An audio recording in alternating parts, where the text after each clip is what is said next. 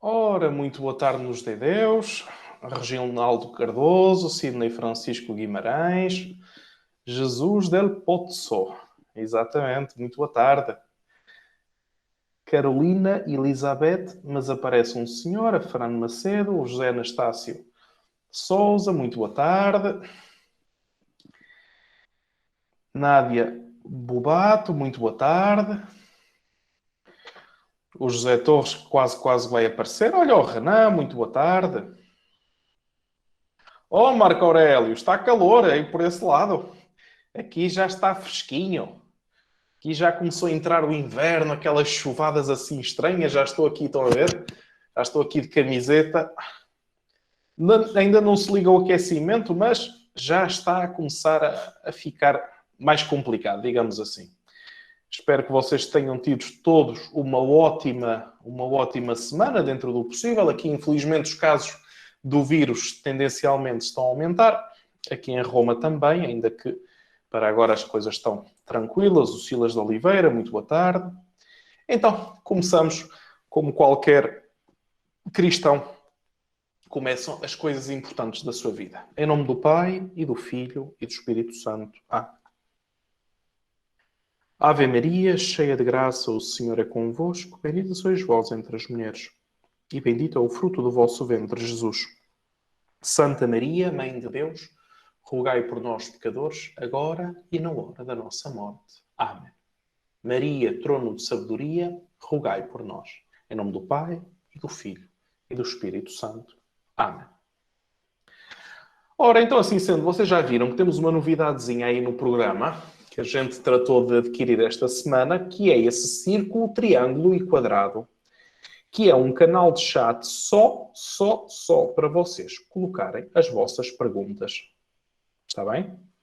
No canto superior direito vocês têm as pessoas, depois têm um chatzinho, não é? Aquele balãozinho de cartoon animado, e depois vocês têm o triângulo, o círculo e o quadrado, que assim vocês podem lá colocar as vossas perguntas para depois, para responder é mais fácil do que estar a procurar no texto, não é? Para cima e para baixo, para responder às vossas perguntas. Ora, dito isto, eu tinha-vos prometido que íamos tratar de mística e Maria, ou espiritualidade mariana, se quisermos, hoje. E esta é a minha especialização, o que é um grande perigo, porque eu, se começo a falar sobre estas coisas, nunca mais me calo, não é? E nós só temos uma hora. Esse é que é o problema. E depois vocês dizem sempre aquela frase falsa, como tudo: mas eu ficava todo o dia a ouvi-lo. Não é verdade, é impossível, nem a minha mãe, que é a minha mãe, consegue. Portanto, vocês, é melhor a gente não entrarmos dentro das ideologias.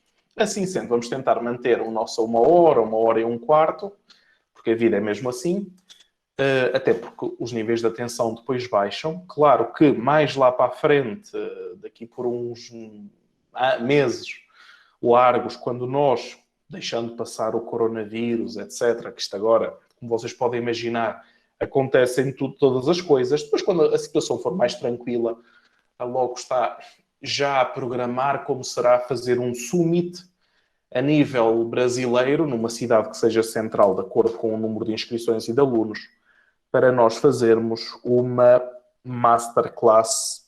Se calhar até consigo trazer alguns colegas meus de fora. Fazemos uma masterclass de Mariologia. Não é um curso intensivo de Mariologia, que eu já vos disse que eu não acredito nisso. Nunca vi bons resultados em cursos intensivos de Mariologia, quando temos que pegar nos vários argumentos e tratá-los, mas acredito em congressos, simpósios e em summits. Até porque, vocês lembrem-se que a Logos é uma entidade de pesquisa e de formação. O que nós estamos a fazer atualmente aqui é formação. O que nós também fazemos é pesquisa, e a mim não me interessa este sistema hebraico, digamos assim, transmissão de conteúdos que devem ser repetidos pelos alunos e que no dia seguinte já ninguém se lembra. Esse sistema de educação não tem a ver comigo. Acredito sim que o aluno é iniciado dentro de, vamos lhe chamar sistema de pensamento por agora, está bem? Porque estamos dentro da pedagogia, e que o aluno, só a partir do momento em que é chamado a contribuir, é que verdadeiramente o aluno coloca em prática aquilo que aprendeu. E aprender coisas que nós não colocamos em prática, pois, não serve. Então, assim sendo, lembrem-se que vamos deixar que termine o curso de espiritualidade e logo, aquilo que vocês aprenderam e a vossa ação sobre aquilo que vocês aprenderam vai-vos ser pedida. Claro. É coisa que pode acontecer no sentido de dizer que a pessoa pode dizer que não, mas não nos fizemos apenas pela formação. É uma linha que não é original da Locos, mas está a ser nas universidades públicas, com o coronavírus, etc, etc, etc. Outros projetos onde estamos exatamente a seguir a mesma linha e posso-vos dizer que é surpreendente aquilo que um aluno pode dar, o contributo que um aluno pode dar. É surpreendente. Dito isto, vamos então começar com a nossa aula. E vamos começar, como sempre, com uma frase de von Balthasar, que vocês aprenderam a conhecer.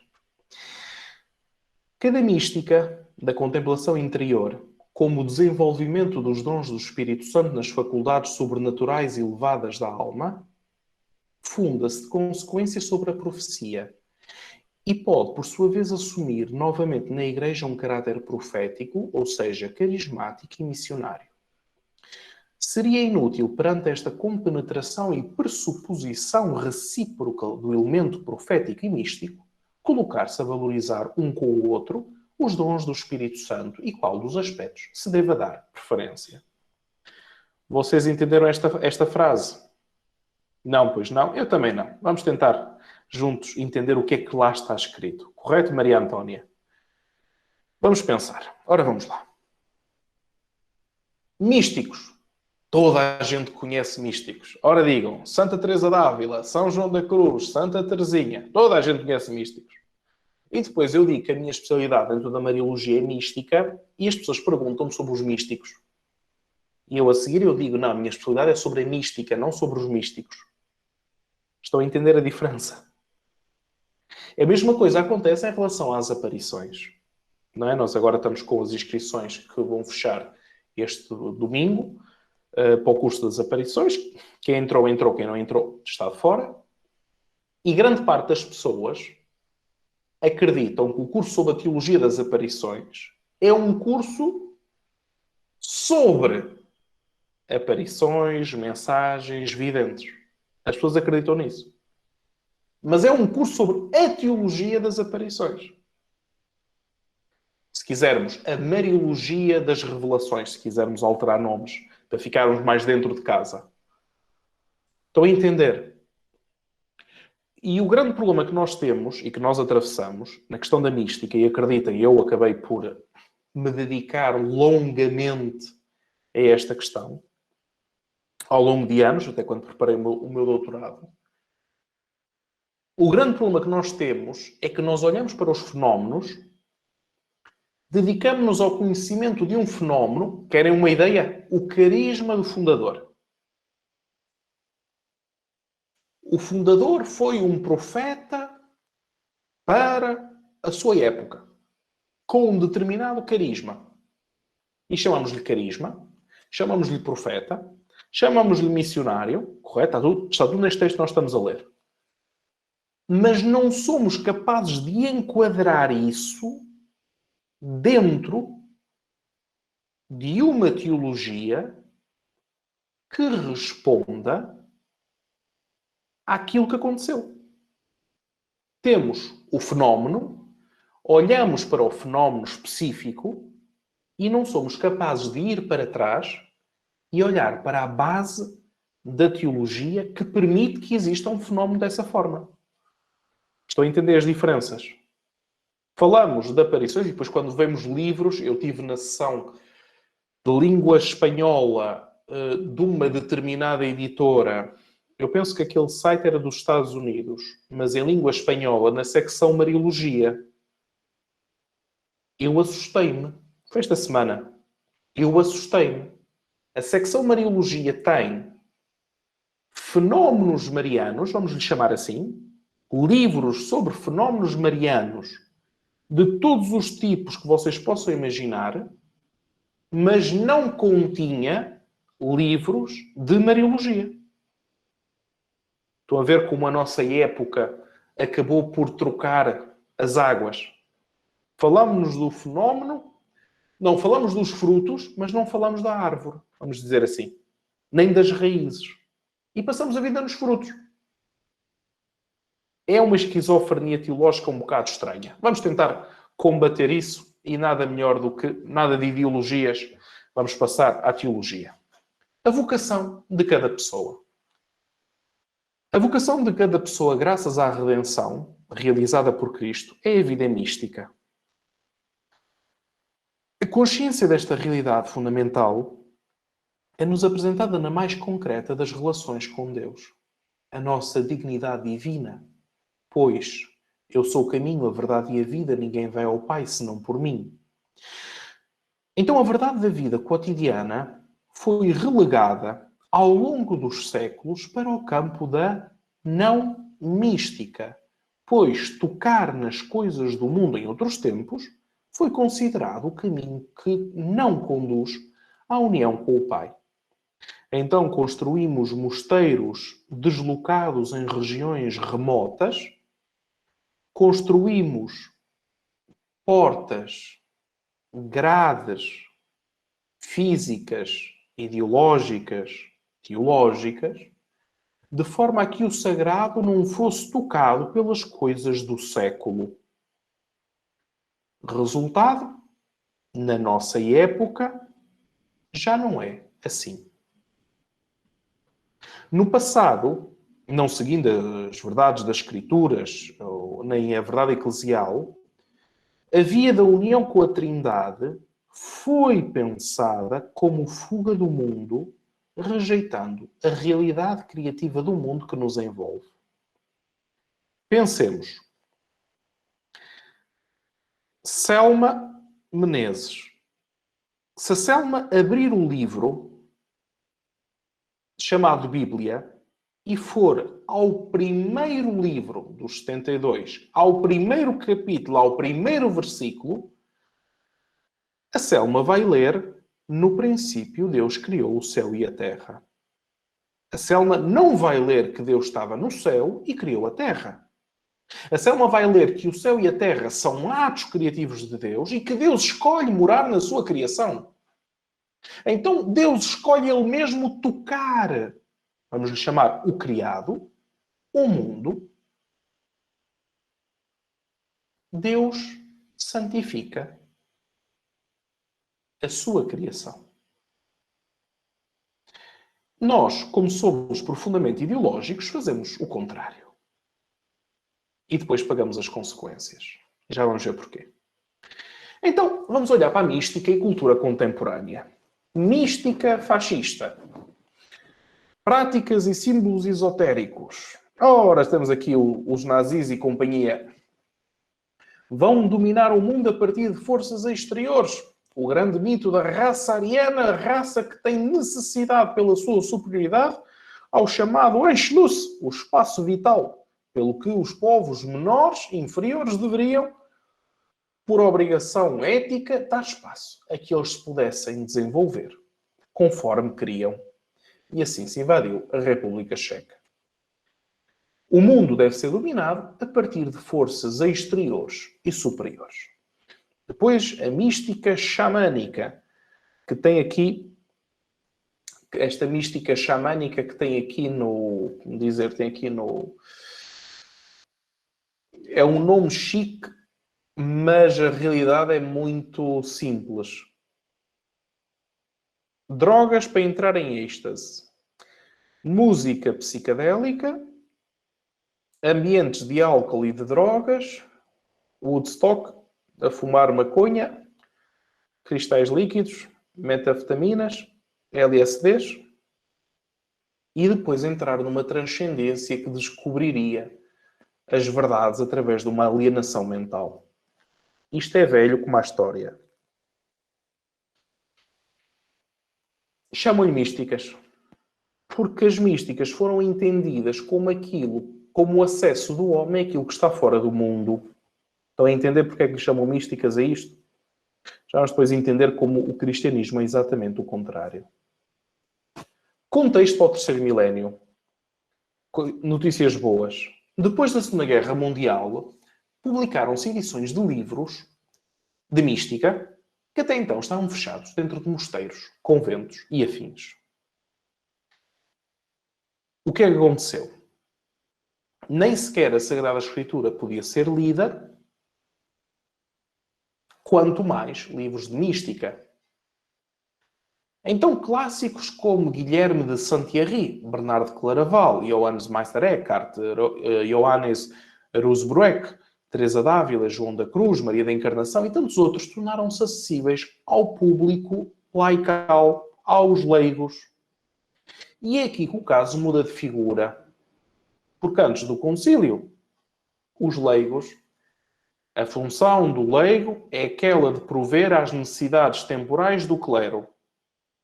Depois do concílio, somos todos povo de Deus com funções diferentes na única Igreja de Cristo. Da hierarquia passamos à comunhão. Mas é tão mais fácil uma hierarquia.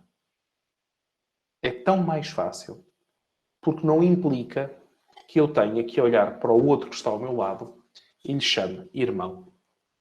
Então criou-se um novo horizonte, a compreensão de mística no mundo laico, juntamente com estudos patrísticos e bíblicos. Por exemplo, em relação à patrística, a logo está a pensar nesta altura de começar a fazer os primeiros estudos, os primeiros projetos, que isto depois demora meses a construir, se vocês acompanharam os artigos sobre o Rosário que nós estamos atualmente a publicar no nosso site, ainda nem sequer entramos na parte teológica, estamos apenas na parte histórica, de no futuro nós conseguirmos produzir um livro em que nós comentamos os 4 ciclos de mistérios, portanto incluindo os luminosos, com os textos patrísticos. Vamos ver até onde nos leva. Depois, estudos patrísticos e bíblicos com as novas comunidades eclesiais. Ora, para vocês terem ideia das novas comunidades eclesiais, só em 1947 é que o Santo Padre Pio XII assinou um documento que se chama Provida Mater, que permite o enquadramento de comunidades de leigos ao serviço da Igreja. 1947. Decreto Provida Mater, que foi realizado para a aprovação da Opus Dei e que depois a Opus Dei não quis e acabou por criar um enquadramento legal, jurídico, canónico para tantos novos movimentos eclesiais. Então, desenvolveram-se de tal forma que hoje assistimos, em alguns âmbitos, à união da teologia e da mística para além do conceptualismo racionalista. Quando eu digo conceptualismo racionalista, o que é que nós entendemos, Marlene Maria? Entendemos o desenvolvimento integral da pessoa humana. Nós já aqui abordamos essa questão. Ou nós formamos a chamada maturidade espiritual, ou nós nos formamos e entendemos que somos uma união, né? A antropologia tripartida, não é? Espírito, alma, corpo. Ou nós entendemos que somos uma união e que não podemos passar a vida a distinguir os âmbitos e então formarmos-nos para a música, para as artes, para as questões do corpo, vamos lhe chamar assim.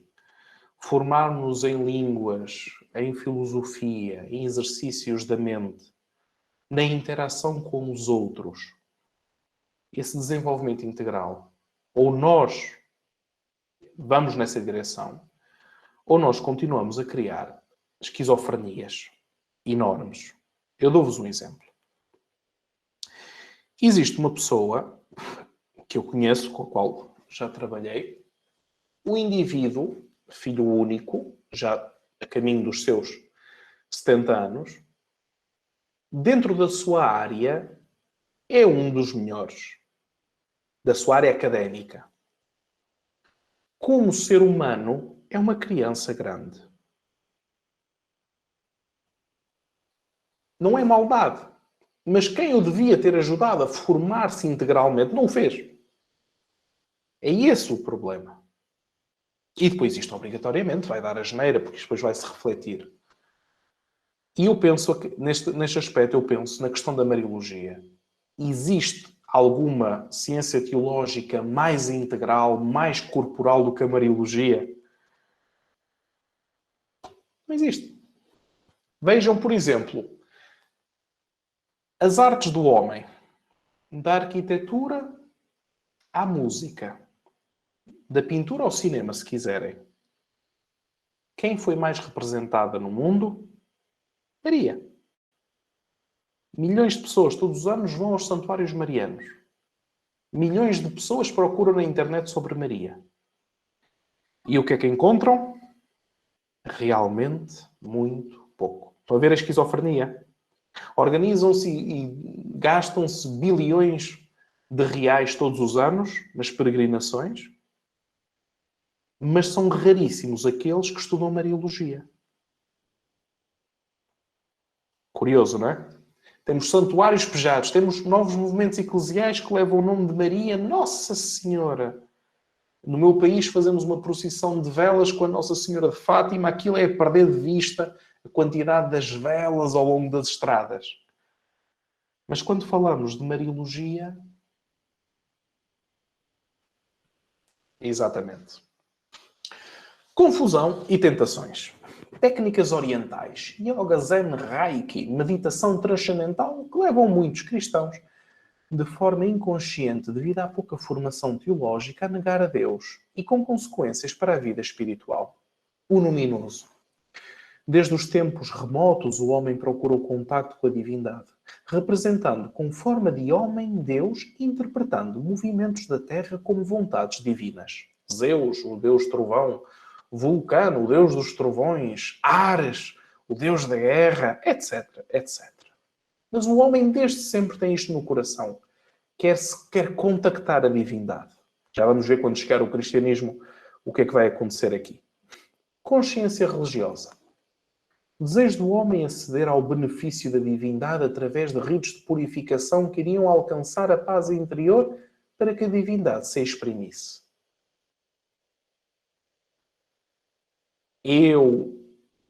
Vamos dar aqui um exemplo para não ser escandaloso.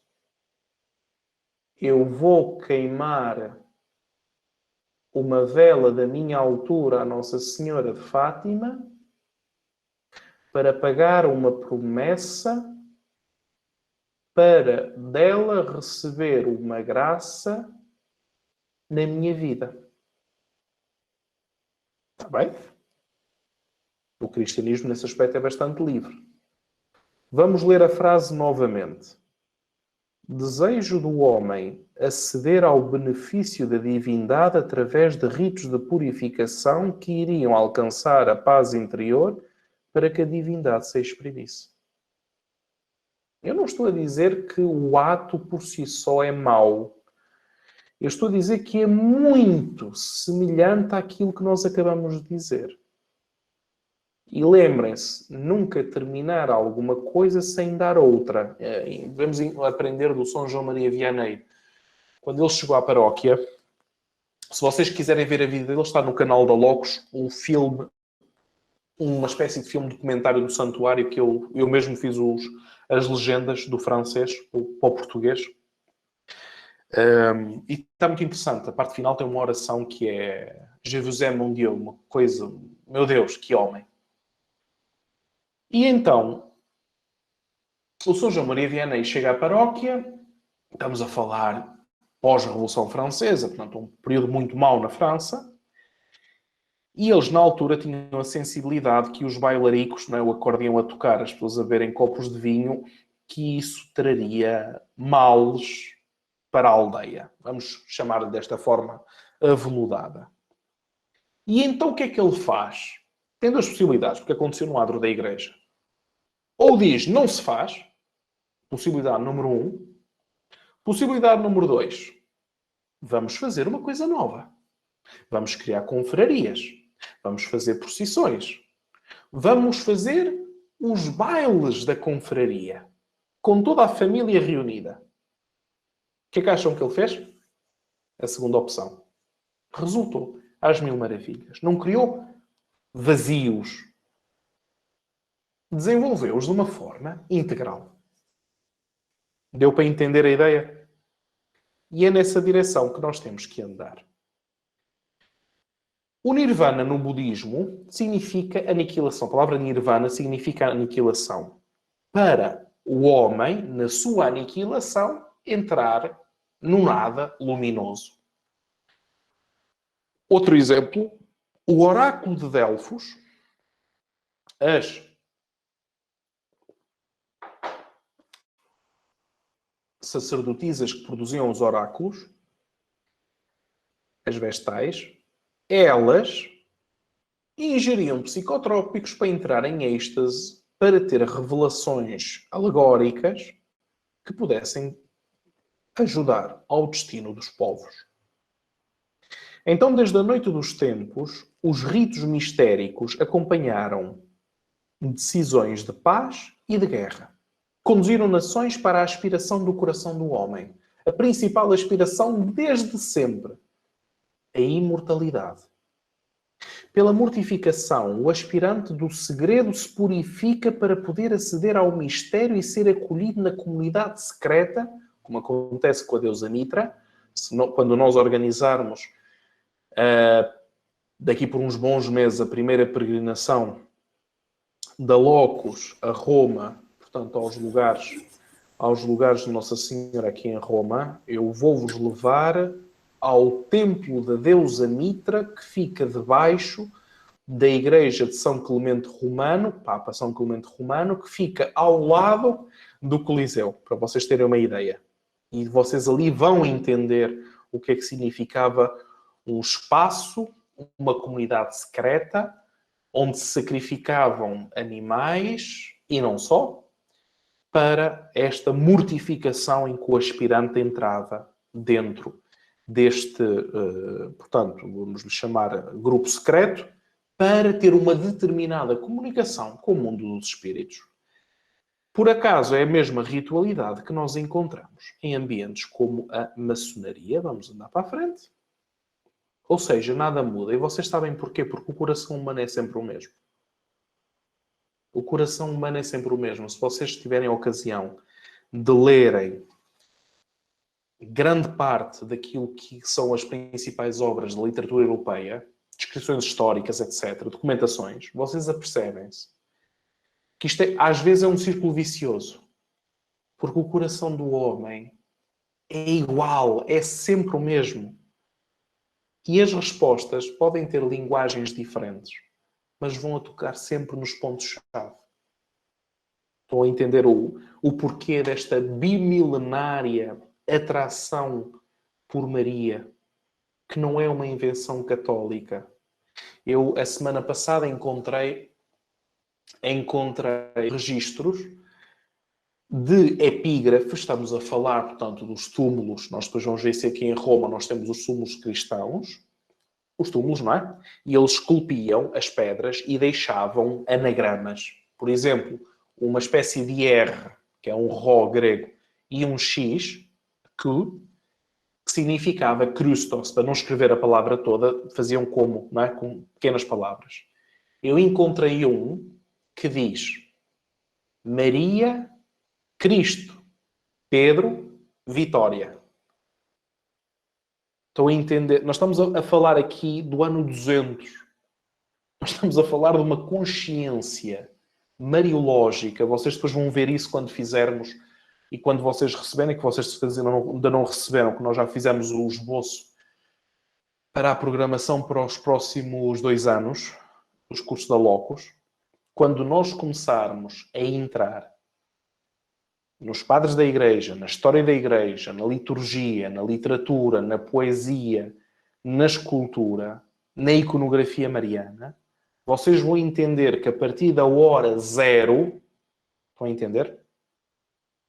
A partir da hora zero, nós temos uma consciência da comunidade cristã em relação a Maria fortíssima. A partir da hora zero. Isto não tem a ver com protestantes. É a partir da hora zero. O mais antigo texto da Sagrada Escritura, cronologicamente, é verdade que é a primeira carta aos Tessalonicenses. É verdade. É o mais antigo. Que nós saibamos. Mas também é verdade que no espaço de 20, 30 anos, nós temos as cartas de Paulo. Paulo morre em 67. São Pedro em 64. Então nós temos as cartas e temos os evangelistas. Deixem João para o outro lado, porque João é outro tipo. Nós temos os sinóticos, Marcos, que é o primeiro a ser escrito, Marcos, Mateus e Lucas, e as cartas de Paulo, sensivelmente em 20 anos, 30 anos no máximo, pelo menos as protopaulinas, ou seja, aquele que ele escreveu, ele próprio escreveu, em 20 anos nós temos isso tudo. Estão a entender o que eu quero dizer? Significa que desde o início do Pentecostes para a frente, a comunidade interroga-se sobre Maria. O pior tempo e o melhor tempo para interrogar sobre Maria na história da Igreja é hoje. Porque nós temos uma marianidade da fé enorme, gigantesca, não faltam comunidades, congregações de Nossa Senhora, meu Deus. Mas não temos mariólogos. Eu falei com um colega meu esta semana e disse-lhe, nós, pelo menos 60 a nível mundial, ainda somos. Resposta, Daniel, já somos bem menos do que isso. Estão a entender do que é que nós estamos a falar? Nós estamos atualmente a correr o risco, menos mal que a Locus é uma entidade de pesquisa, nós estamos a correr o risco de criarmos mais do que uma geração em branco em relação à Mariologia. E estamos a falar de 30 anos. E posso-vos garantir que a Mariologia não se improvisa. E de cada vez que alguém se improvisa mariólogo, dá asneira, como é natural que o dê. É como improvisar um pianista, ou improvisar um pintor, ou um médico, um cirurgião. Eu dou-lhe o bisturi, agora tenha a bondade de operar aquela pessoa. Quer dizer, não posso esperar que uma pessoa que esteja... Estão a entender o que eu estou a dizer? Depois caímos nas opiniões pessoais, nas ideologias. Ou então, Nossa Senhora é Mãe de Deus e Nossa Mãe, e Viva Maria, cá vai disto. Disse alguma mentira? Pois. Vamos então continuar. Mística no Antigo Testamento existe? Existe, sim, senhor. Vamos entender o que significa. Deus se revela ao homem através das teofanias, os eventos de Deus. Pensemos. A sarça ardente, a voz do subtil silêncio, a aliança do Deus esposo fiel com a casta e meretriz esposa. Oséias 2:21. Eu me casarei contigo para sempre, oráculo do Senhor. Casamos conforme a justiça e o direito, com amor e carinho. É Deus, neste oráculo, que fala assim ao seu povo. Vocês têm as indicações bíblicas, portanto, depois é uma questão de verdes. O homem do Antigo Testamento respondia a este encontro de Deus com o homem desta forma. Cobria o rosto para adorar a Deus. Não fazia imagens de Deus, porque era completamente transcendente. Era diferente dos pagãos, pois mais que um serviço à divindade, o homem estava numa relação de amizade. E vocês dizem, Daniel, mas relação de amizade, isso é um conceito muito recente. Nós vamos dizer que a teologia está a descobrir exatamente o contrário. Dei Verbum 2, Constituição Dogmática da Igreja sob a Palavra de Deus. Deus invisível, na riqueza do seu amor, fala aos homens como amigos e convive com eles para os convidar e admitir à comunhão com ele. Isto é o Concílio Vaticano II a falar. Semelhança com Deus. Gênesis 1:26. Deus criou o homem, o ser humano à sua imagem. À imagem de Deus o criou. Homem e mulher. Ele os criou. Então, o ato criativo de Deus tem como objetivo que o homem veja a Deus face a face. O homem, através do pecado, não pode ver a Deus face a face, então o homem é privado da face de Deus. Até aí vocês sabem perfeitamente. Teremos que esperar o novo Adão e a nova Eva para que tal aconteça. Vamos começar por Abraão. A mística de Abraão. Deus convida Abraão para o seguir. A partir desse momento, o homem torna-se família de Deus. Já falamos de amizade, certo? Agora falamos de família. Não estamos a ideologizar aquilo que estamos a dizer.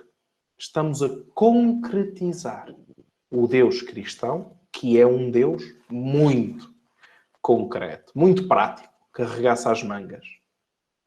A aliança de Deus com a descendência de Abraão leva-o à angústia do sacrifício de Isaac e à angústia da visão. Gênesis 15:1, o que é que diz? Depois destes acontecimentos, o Senhor falou a Abraão numa visão e dizendo: não temas, Abraão, eu sou o teu escudo protetor, tua recompensa será muito grande.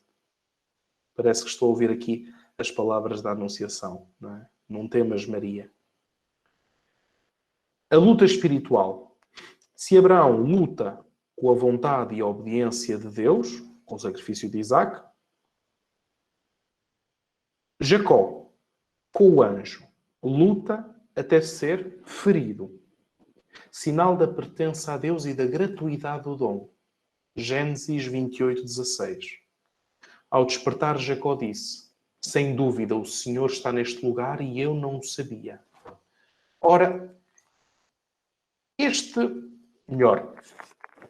denominação do Senhor está neste lugar e eu não o sabia, não vos diz rigorosamente nada? Assim de repente. Não? Vou-vos ler o que é que um senhor, um cristão, à distância de mais de um milénio, escreveu. Não acerca deste versículo, mas acerca da sua experiência de Deus. E vocês no final vão me dizer quem é. Tarde te amei, ó beleza tão antiga e tão nova. Tarde te amei. 30 anos estive longe de Deus, mas durante esse tempo algo se movia dentro do meu coração. Eu era inquieto, alguém que buscava a felicidade. Desculpem, já começou a ficar frio. Buscava algo que não achava. Mas tu te compadeceste de mim e tudo mudou. Porque tu me deixaste conhecer-te. Entrei no meu íntimo, sob a tua guia e consegui. Porque tu fizeste meu auxílio. Tu estavas dentro de mim e eu fora. Exatamente, Santo Agostinho. O que é que acontece aqui? O nosso percurso na mística, nós entendemos que existem grandes linhas que se repetem ao longo dos séculos. E é exatamente nessas grandes linhas que nós vamos entendendo o que é mística e como todas essas linhas confluem na pessoa de Maria. Este é o nosso percurso. Portanto, o Jacó faz uma experiência que mais tarde, à distância de milhares, se calhar 2000 anos, vai ser repetida por Santo Agostinho. Este esforço de acolhimento da existência mística veterotestamentária chama-se de purificação. E lembrem-se onde é que Agostinho encontrou Deus. Eu estava fora de mim e tu dentro. Não é? Textualmente ele diz: tu estavas dentro de mim e eu fora. E Santo Agostinho que procurava Deus fora. Profetas, que são os místicos de Israel. Depois do patriarcado e da libertação, o povo de Israel começa uma época nova, o profetismo. Amós, com a sua mística cotidiana, adverte o povo dos seus pecados, servindo-se do ambiente e da cultura da época, cantando o amor entre Yahvé e o seu povo. Oséias, através do casamento com uma prostituta, exprime o adultério dos fiéis, mas não deixa de falar de Deus que acolhe o arrependido. Oséias 14. Isaías, por sua vez, proclama a beleza de Deus 3 vezes santo, Isaías 6:3. Anuncia a perpetuidade daqueles que permanecem unidos a Sião em Jerusalém. Isaías 6:9-10. Ou seja, o resto de Israel que vive na intimidade com Deus. Isaías 4:3.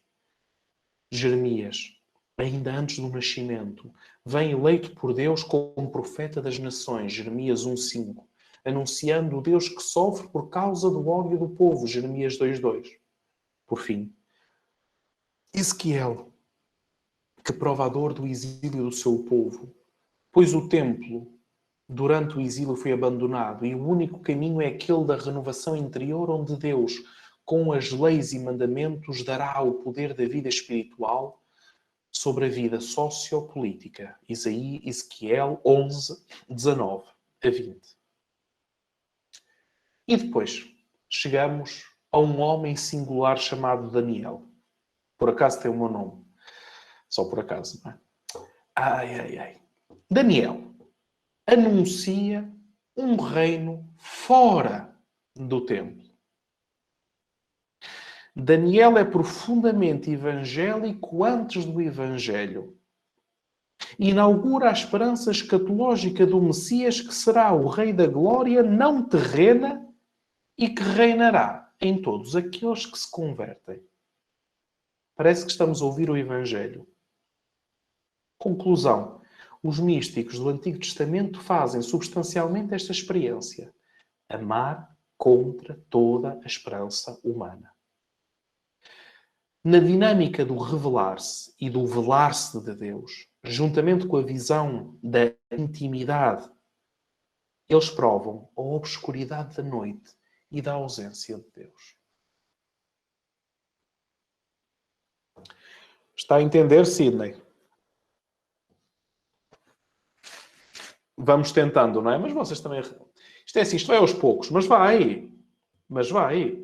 Eu bem vejo os vossos comentários no site e vocês, de semana para semana, estão sempre a melhorar. E eu também, espero eu, não é? Mística no Novo Testamento.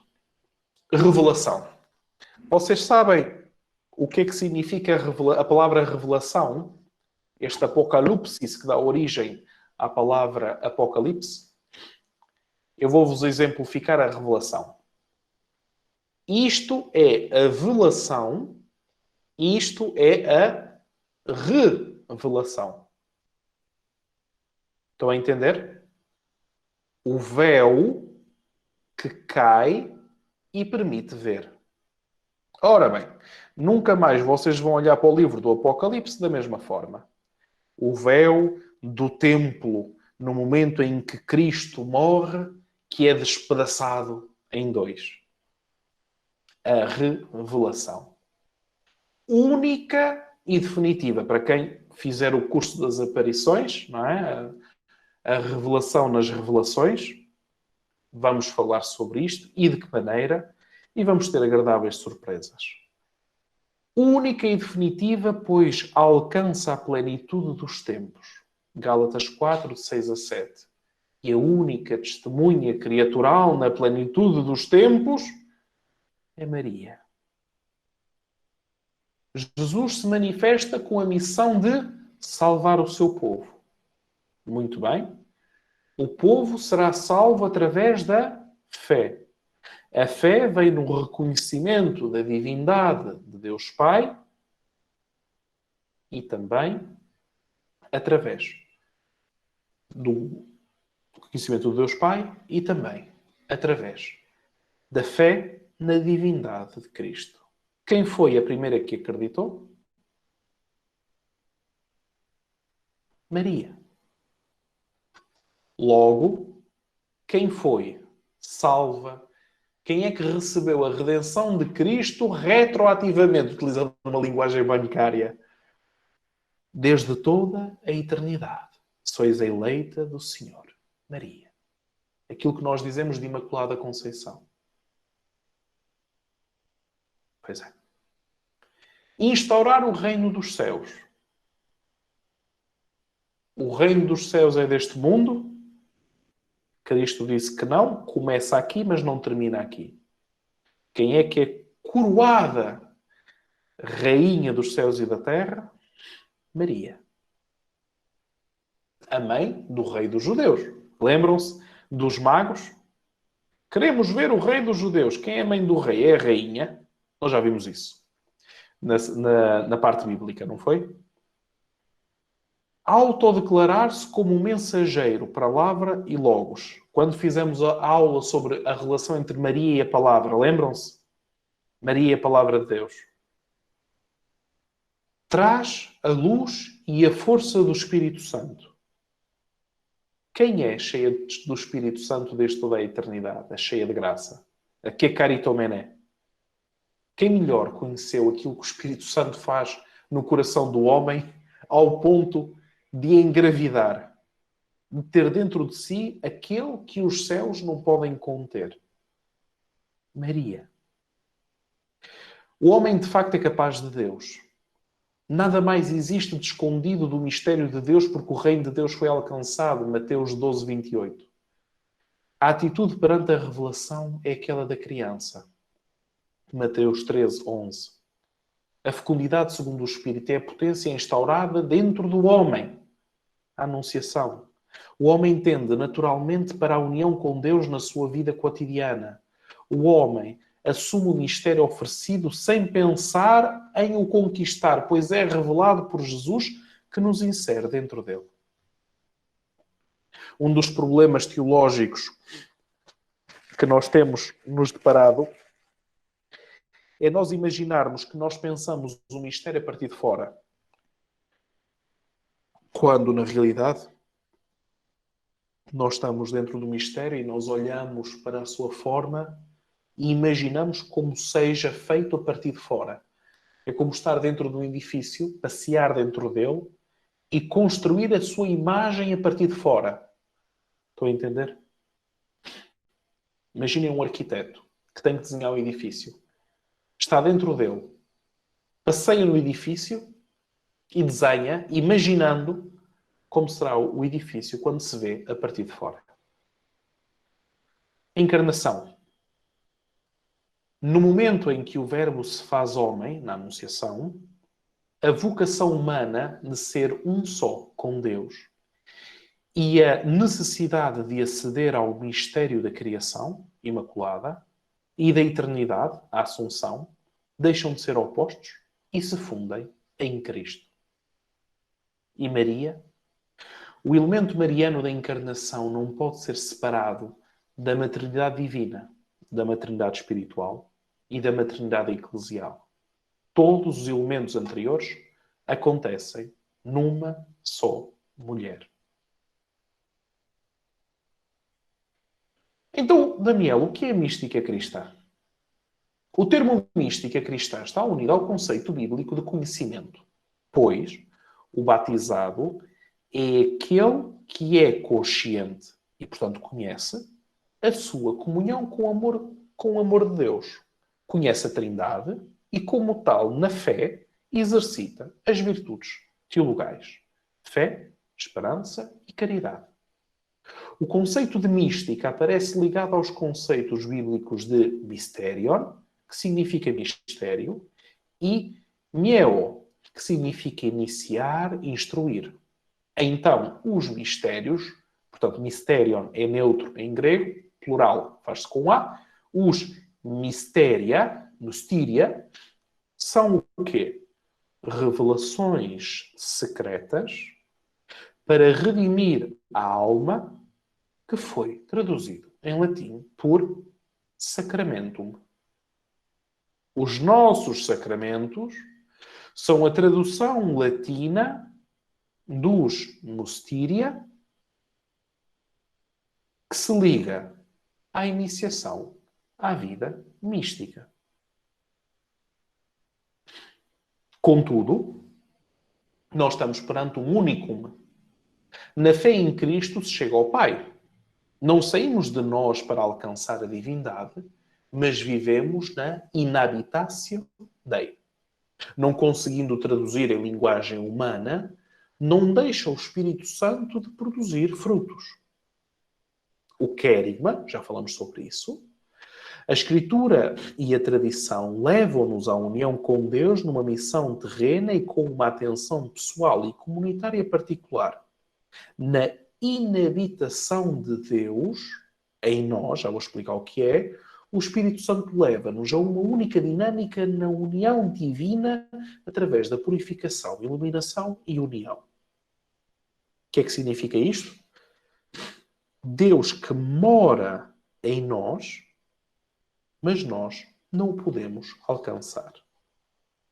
Inabitação de Deus. Batismo. Com o batismo, a Trindade toma o seu lugar no íntimo do cristão. A partir desse momento, podemos falar da presença da vida trinitária do homem, que impulsiona ao serviço do outro como aproximação ao Deus em si.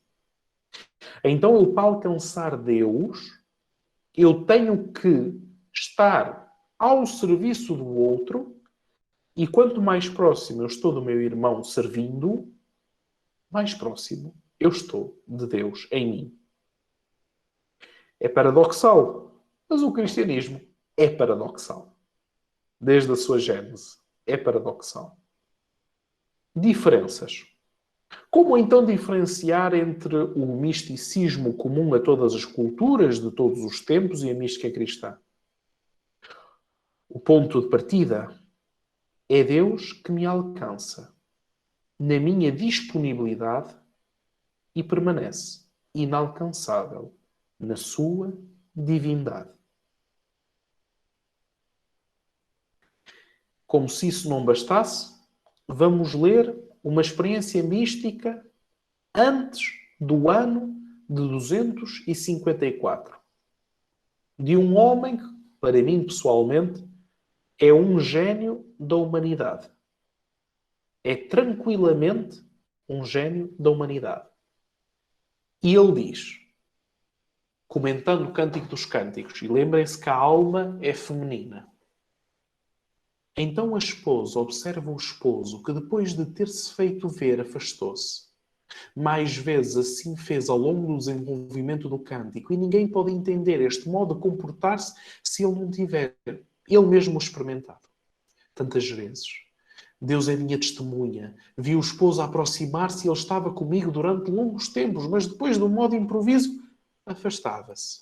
Que eu não podia encontrar aquilo que procurava. Desejo como tal que ele venha novamente. E no caso em que ele não viesse ainda, e depois que aparecesse e se fez tomar pelas minhas mãos, de novo escapa, e quando ele me escapa, eu de novo o procuro. E assim acontece frequentemente.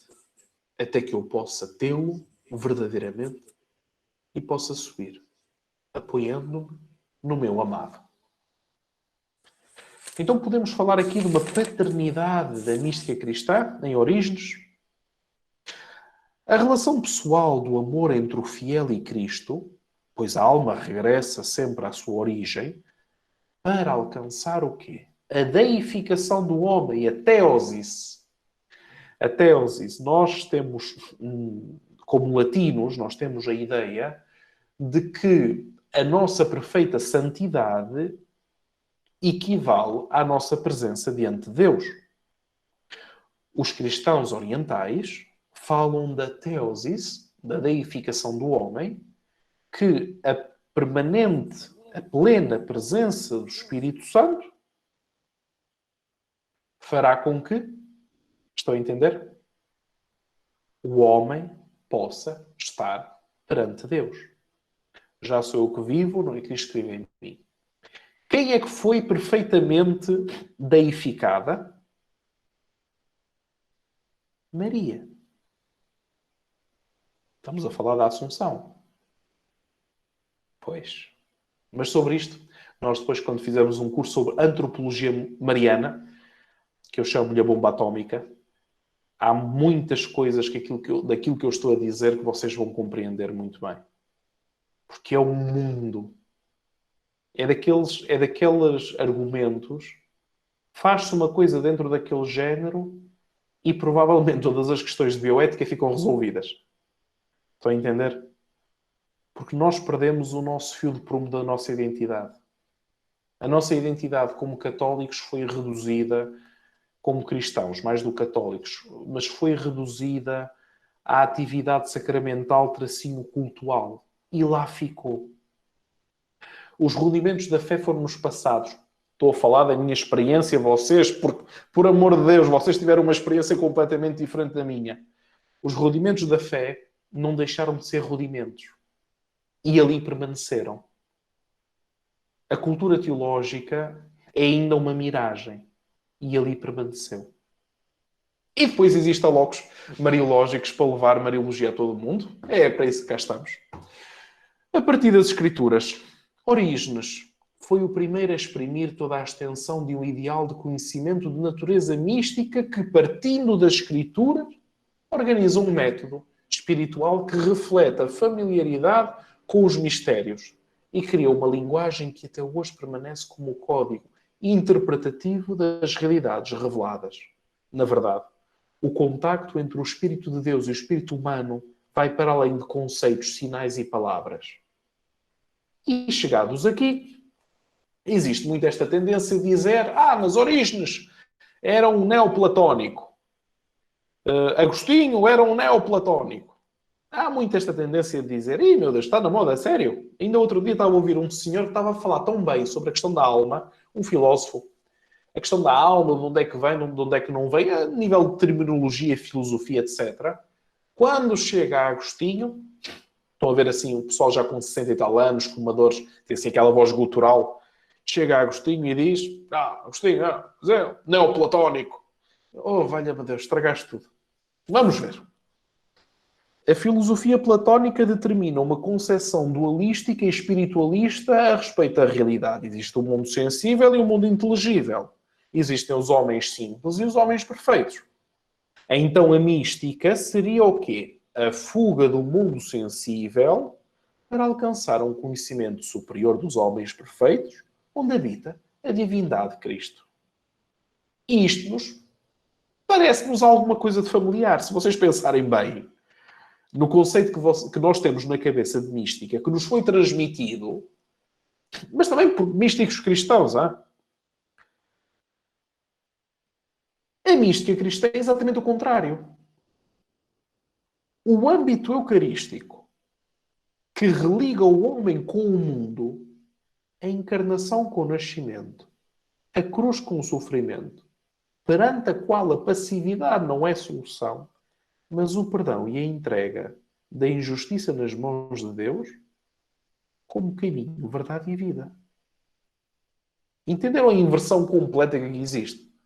Nós, em cada Eucaristia, nós celebramos a encarnação que corresponde ao nascimento. Não estamos a sair do mundo.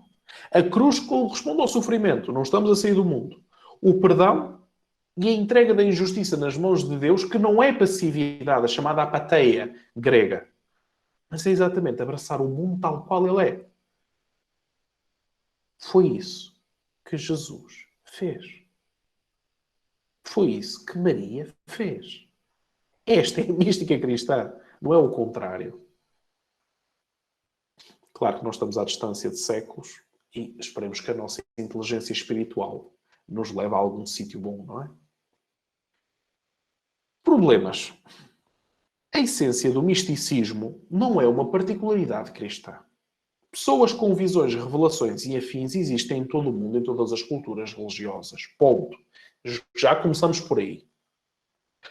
Na revelação cristã, este, vamos lhe chamar fenómeno, adquire uma plenitude de sentido. Pois o elemento mariano dá-lhe um horizonte singular e irrepetível na história da humanidade. A concepção de mística enquanto conhecimento experimental de Deus foi a base, agradeço a São Boaventura, que se saiu com este termo, que atualmente faz danos, foi a base da psicologia das religiões, quando fala na mística, que o sujeito é capaz de experimentar o divino enquanto fenómeno universal das religiões. Se nós levarmos esta afirmação até às últimas consequências, nós temos um problema. Existe um homem, aquela cultura é daquela religião, E existe outro homem do outro lado do mundo que tem uma determinada cultura, uma determinada religião. Ambos têm aspirações do contacto com Deus. Ambos têm experiências místicas do contacto com a divindade. Então existe uma divindade superior com nomes diferentes. E a Elba não concorda com esta gente. Porquê? Porque existem 3 vias e nós temos que escolher uma. Claro que eu já escolhi para vocês, como é óbvio, não é? Ou os fenómenos da mística cristã e não cristã são em grandes linhas comparáveis, e de facto temos estudos sobre as presuntas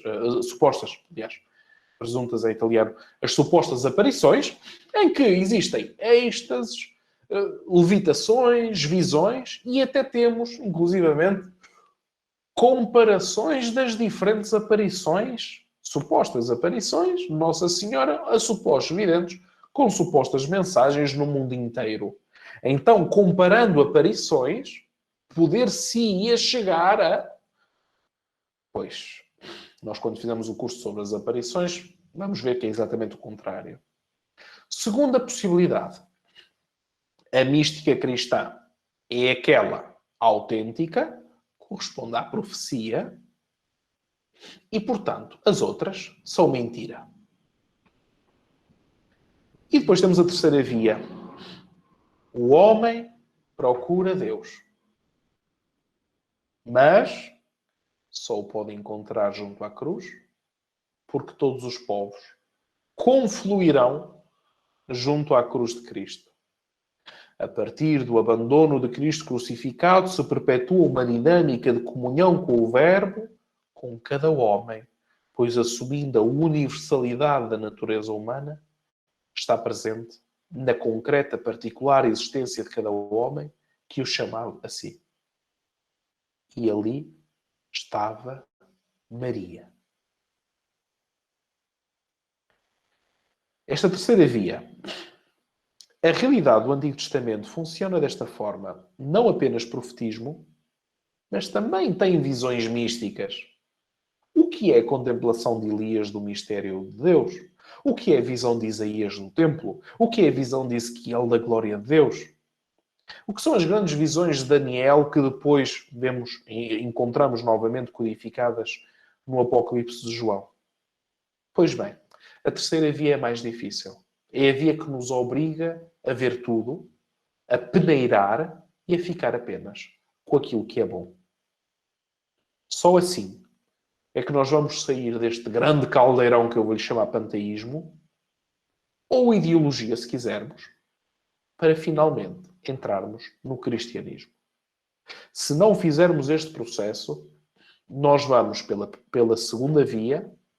Nós somos bons, os outros são maus. Nós temos a verdade, os outros têm a mentira.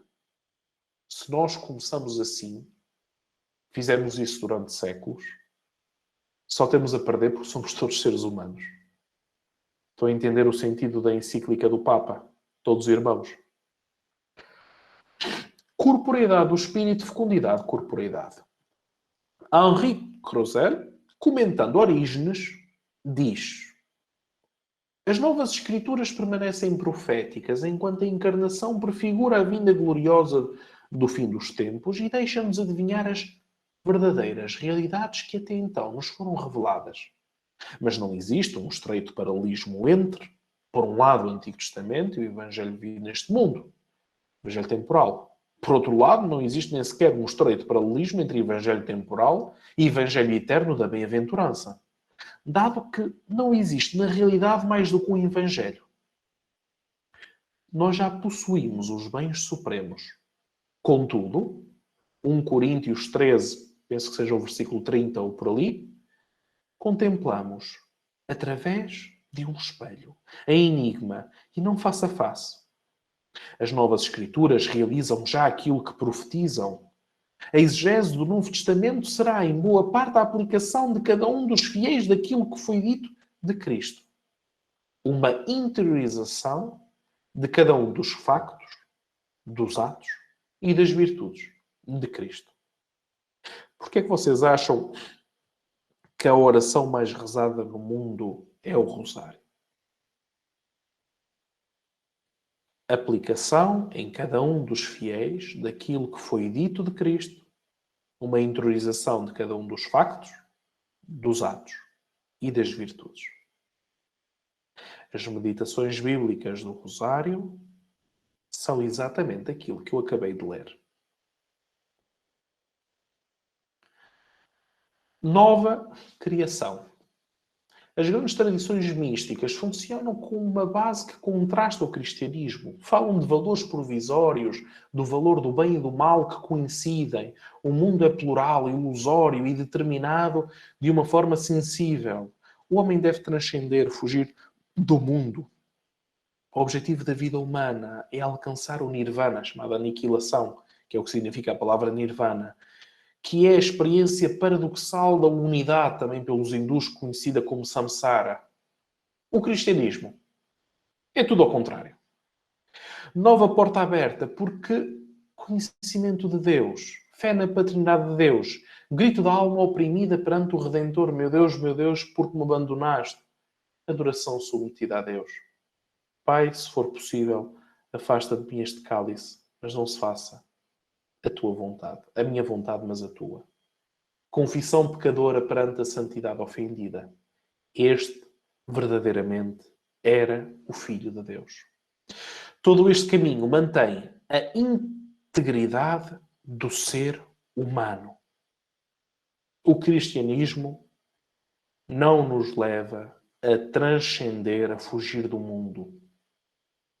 Estão a entender? Mística cristã. Fenómenos subjetivos da vida cristã não são fenómenos extraordinários estudados pela ciência das religiões, mas são fenómenos eclesiais, pois são a ação da dinâmica carismática da história. Relemos João 14,16. Mas o defensor, o Espírito Santo que o Pai enviará em meu nome, ele vos ensinará tudo e vos recordará tudo o que eu vos tenho dito. Da subjetividade carismática à objetividade corporal. O Verbo encarnado, predestinado desde a fundação do mundo, revela a Trindade, desvela a revelação, ainda que permaneça velada e acessível apenas através do Cristo na fé. Este evento objetivamente revelado na pessoa de Jesus, fundando a possibilidade de acolher subjetivamente os mistérios do reino, que foi herdada no batismo e à qual cada cristão deve corresponder como filho. Neste sentido, a fecundidade pneumática e corporal confunde o mundo místico, pois, na verdade, a verdade de Deus é revelada, Mateus 5, aos pobres em espírito, aos mansos, aos puros de coração, aos perseguidos por causa da justiça. No fundo, àqueles que seguem Cristo. E não ficamos por aqui. Fecundidade divina. O cristianismo possui a experiência da fecundidade divina tornada corpo no ventre de Maria. Este facto objetivo não pode ser dissolvido numa suposta comparticipação de toda a mística numa realidade de Deus inefável, intocável, inalcançável, pois falamos de transcendência. Mas a palavra de Deus se faz homem no ventre de Maria. Como eu já vos disse, se Deus quis encontrar a humanidade no ventre de Maria, é no mesmo ventre que a humanidade encontrará a Deus. A aliança na pessoa de Jesus, objeto a revelar e sujeito que recebe a revelação, se fundem num só homem, Deus, e homem, que é Jesus. A aliança nupcial entre Deus e o povo de Israel preparou a nova e eterna aliança na qual o Filho de Deus, encarnando-se e oferecendo a sua vida, de certa forma uniu a si toda a humanidade que foi por ele salva, preparando assim as bodas do Cordeiro. Este é o solo que percorre a união Deus-humanidade em Cristo, que permanecendo sempre para lá de uma comum união homem-mulher, não deixa de ser privada de corporidade, através do arquétipo do novo casal, do novo Adão e a nova Eva, onde Maria assume o arquétipo concreto da Igreja. Todos os elementos que apresentamos até aqui convergem completamente na pessoa de Maria de forma absoluta quando ela diz: eis aqui a serva do Senhor, faça-se em mim segundo a tua palavra. Quando é que ela diz isto? Na Anunciação. Então, na Anunciação, nós vemos que existe um primado do mistério sobre a resposta. Maria não experimenta a gravidez e depois diz que sim. Maria diz que sim. Porquê? Primeiro, porque é serva do Senhor. E em segundo, porque o ser de Deus está acima da compreensão, da experiência do homem. Então nós aqui, e isto é um conceito importantíssimo, meu Deus, eu levei este conceito numa conferência da primeira semana de estudos intensiva sobre as aparições, que juntamos 5 universidades aqui em Roma, e eu levei o tema mística e aparições. Esta capacidade de passar do pessoal ao eclesial. A pró-existência de Maria a favor do filho como mãe e dos discípulos como mestra, discípula, irmã e mãe. Abre-nos a porta para a compreensão de Maria enquanto contemplativa. Maria contemplativa? Onde? Quando? Que eu saiba, ela não seguia os passos espirituais de Santa Teresa d'Ávila. Que eu saiba, ela nunca leu Santa Teresinha. E não era terciária carmelita. Como é que ela era contemplativa? Muito bem. A singular experiência oferecida aos fiéis singularmente resulta sempre numa missão de natureza eclesial que nada subtrai à dimensão litúrgica, mas a confirma. A singularidade de Maria é fonte de testemunho, seja da concepção virginal, seja a maternidade divina, seja a maternidade espiritual. Singularidade mística pressupõe uma grande pureza de intenção, tal como encontramos no estupor dirigido a Maria. Alegra-te, cheia de graça, o Senhor é contigo. Ou então, quando Isabela saúda, bendito és tu entre as mulheres e bendito é o fruto do teu ventre. Donde me é dado que venha ter a mim a mãe do meu Senhor. Ou até mesmo no reconhecimento apocalíptico da mulher vestida de sol, em Apocalipse 12. O estupor, o tremendum de Deus. A autêntica meditação. O caminho em direção a Deus, através da meditação cristã, liga-nos à oração contemplativa que encontra as suas raízes em Maria, que preparou o caminho justo, pois, para chegar a Deus, Maria conservava todas estas coisas, meditando-as em seu coração. A contemplação. A inquietude do coração que tende ao infinito é uma coisa natural. Contudo, existe uma diferença entre o puro desejo de Deus, Maria, e a impaciência de querer, de imediato, o fruto da árvore da vida. E no Apocalipse, Jesus alerta para isto. Eu tenho a certeza que o José Torres concorda comigo. Felizes os que lavam as suas vestes, pois assim, portanto, no depois, poderão dispor da árvore da vida e entrar na cidade pelas portas. Portanto, dispor da árvore da vida é precedido de um caminho espiritual. É necessário alcançar uma maturidade espiritual. As bem-aventuranças, as obras de misericórdia. A plenitude da criatura não é uma alienação da natureza e do pecado, mas a redenção. Todo o movimento em direção a Deus inicia da dimensão do encontro de Deus com o homem, não do homem com Deus. E a iniciativa é de Deus. E é gratuita, é pura graça. A contemplação cristã tem como centro a cruz da nova e eterna aliança, que se torna presente na Eucaristia. pois meditamos sobre o quê? Ou seja, o cristão medita sobre o quê?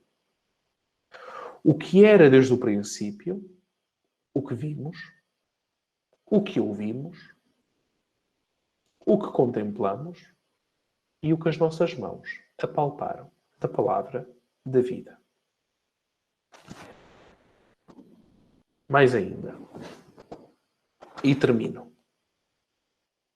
Se vocês quiserem, em 30 segundos, traçar um perfil místico de Maria e corresponda às imagens, na Anunciação, Maria obedece à palavra de Deus. No Calvário, a abandonada junta-se ao abandonado. Pai, em vossas mãos eu entrego o meu espírito. E ambos, na chamada compaixão, se abandonam completamente à vontade do Pai. E, portanto, à redenção do mundo. Na tradição latina, Maria é tida como a primeira testemunha de Cristo ressuscitado. Ela torna-se disponível para permanecer com quem? Com aqueles que fugiram, com aqueles que negaram Jesus. Porque em Atos 1,14 nós encontramos novamente Maria com os discípulos antes de Pentecostes. Entre a ressurreição e o Pentecostes está Nossa Senhora com os discípulos na comunidade. Já falamos sobre isso. E por fim, a fecundidade universal de Maria, Rainha dos céus e da terra, a sua assunção, a sua presença, que não se obriga, como um corpo glorioso, ressuscitado, que já recebeu, não se obriga a tempo e a espaço. E é este corpo glorioso, é esta concretização da promessa da ressurreição da carne que em Maria se torna evidente, que lhe permite, como mãe, ter o papel que tem, à distância de 2000 anos, de ser um centro catalisador de milhões de pessoas, de tantas religiões, espiritualidades, o que quisermos, todos os anos. Maria não é feita para católicos. Maria assume o papel de Eva, como nova Eva, de ser a mãe daqueles que vivem. Chamada Mater Vivência. Dito isto, muito obrigado. E agora vamos às perguntas. Antes que adormeçam, valha-me Deus. Também não vos quero ver a dormir, não é? Claro que isto foi uma passagenzinha muito, muito rápida por Maria Mística e na próxima aula, como eu vos tinha prometido, vamos concretizar tudo aquilo que aprendemos, analisando alguns novos movimentos eclesiais. Aplicação prática. Então, assim sendo, vamos então aqui às perguntas. Já alguns colocaram que temos agora aqui esta nova caixinha de perguntas. Já as tenho aqui. Ora, vamos então. Sobre as técnicas orientais, pode-nos explicar um pouco mais porque não deve ser utilizada? Tudo aquilo, filosofia, teologia, práticas que atuem, neguem as verdades da fé, atuem contra o Evangelho, não são terreno para nós. Claro que quando lançarmos o curso Mariologia e Demonologia, nós vamos falar sobre todas essas realidades, mas vamos dizer que aprender a distinguir o trigo do joio, para nós, é de suma importância. Não o fazer, as consequências dentro do âmbito demonológico são imensas. Vidas e famílias destruídas. Muito bem? Deu para entender. Porque a necessidade do homem na busca do extraordinário e na busca da maturidade espiritual, vemos as histórias dos santos que levitam e bilocam e etc. E parece tão impossível chegar na maturidade deles. Como ver a real maturidade nos dias de hoje? Eu acho que a Rita da Assunção consegue responder. Tive fome e deste-me de comer. Tive sede e deste-me de beber. Não é uma filantropia. É muito mais do que isso. Na minha perspectiva, nos dias de hoje, a maturidade espiritual vai-se medir através daqueles que não param, que arregaçam as mangas, vamos lhe chamar assim. Não no sentido de um trabalho estéril, mas aqueles que são capazes de entender que a pessoa que tem ao lado precisam do seu testemunho cristão. É qualquer coisa de incrivelmente profundo. Eu não posso pensar uma maturidade espiritual que não tenha a ver com o desenvolvimento integral da pessoa. Que não tenha a ver com a vontade da pessoa de querer encontrar Deus e isso leva-o ao serviço do outro. Entendem? E não saímos disto, porque isto é o Evangelho. Maria quer encontrar Deus, serve Jesus, serve os discípulos e é nesse serviço que ela encontra a sua vocação. É no sair de si que encontra o mais profundo de si próprio. E o mesmo acontecerá na maturidade espiritual.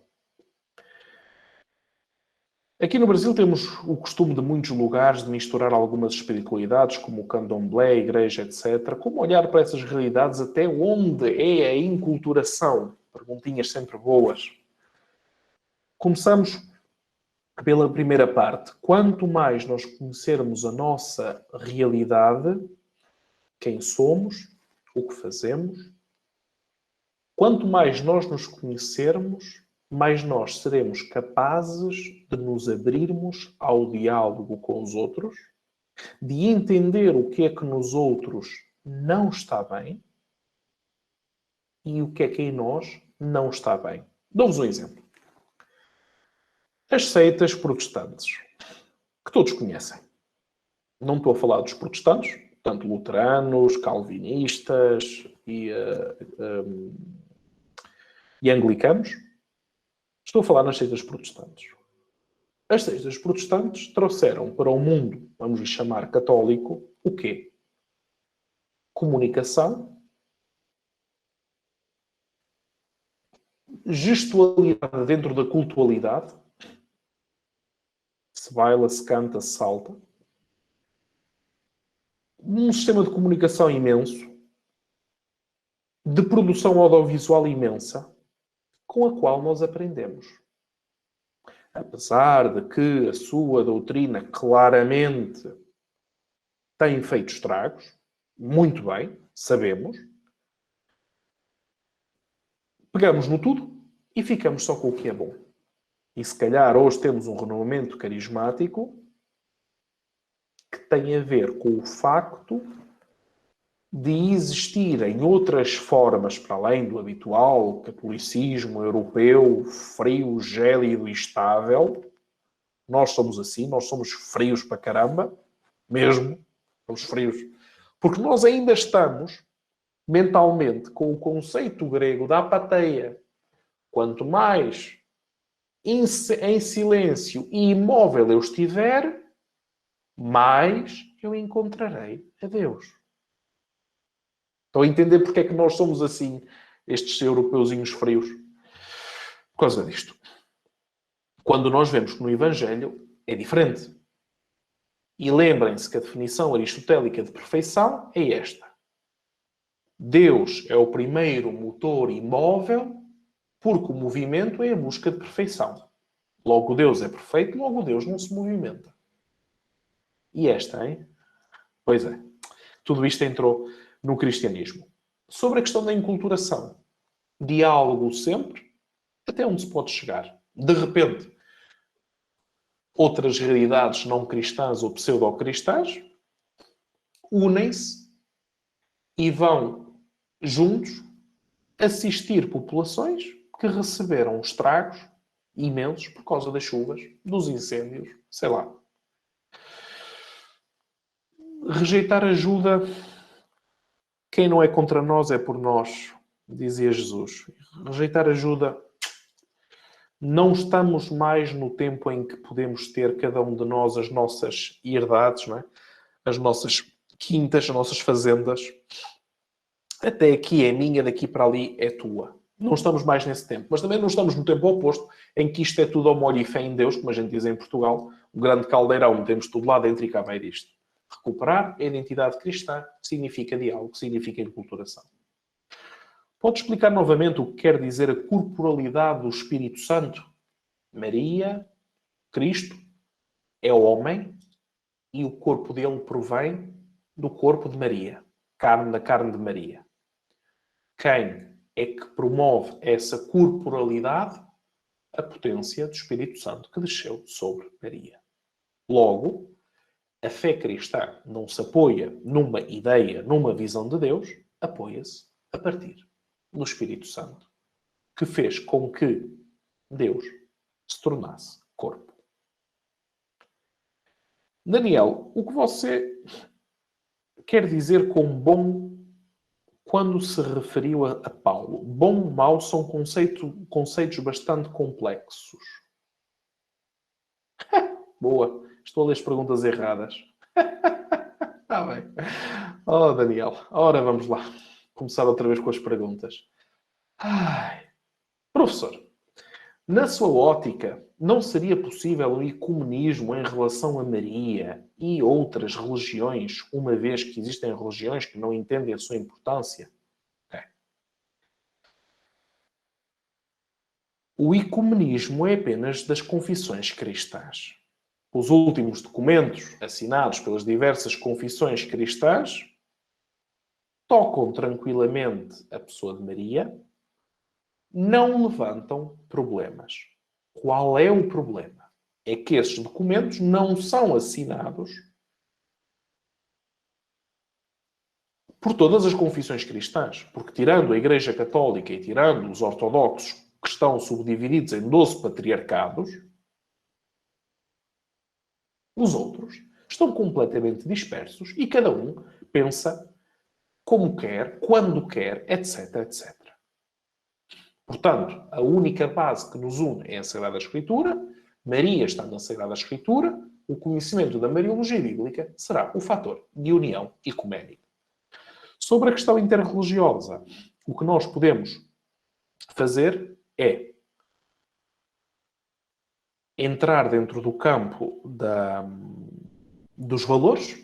Como eu vos disse, a espiritualidade mariana funda sobre a vivência de valores do Evangelho, encontrar valores que sejam partilhados a nível mundial, o valor da paz, o valor da solidariedade, o valor da não-violência, o valor da proteção ambiental, por exemplo, o valor da dignidade humana, por exemplo, e ver como esses valores, tocando com a questão mariana,